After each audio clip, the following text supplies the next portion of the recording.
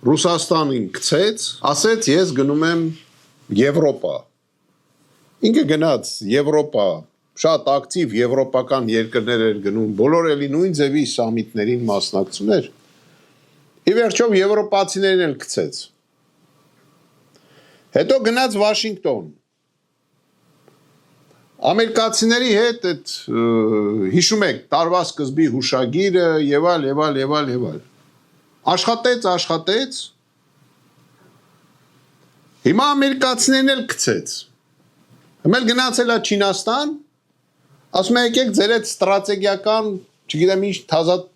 թուղթ ստորագրենք։ Ինքը ընկել է աշխարհով մեկ թղթեր է ստորագրում։